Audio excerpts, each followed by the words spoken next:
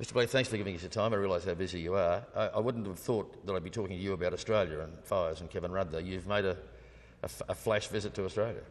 I was just there a couple of days ago, seeing some friends of mine who went well. But I ended up, because one of the friends lives in Victoria, so I actually ended up there at the time.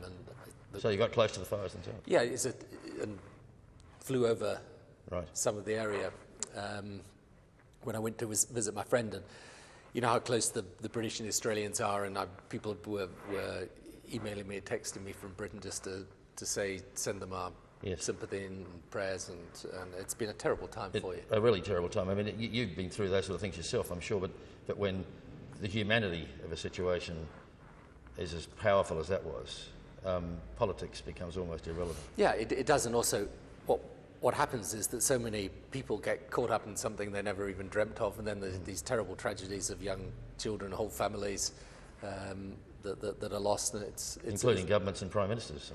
I think when you're involved with something like that, and I was, occasionally when there were very significant events in which a large number of British people lost their lives,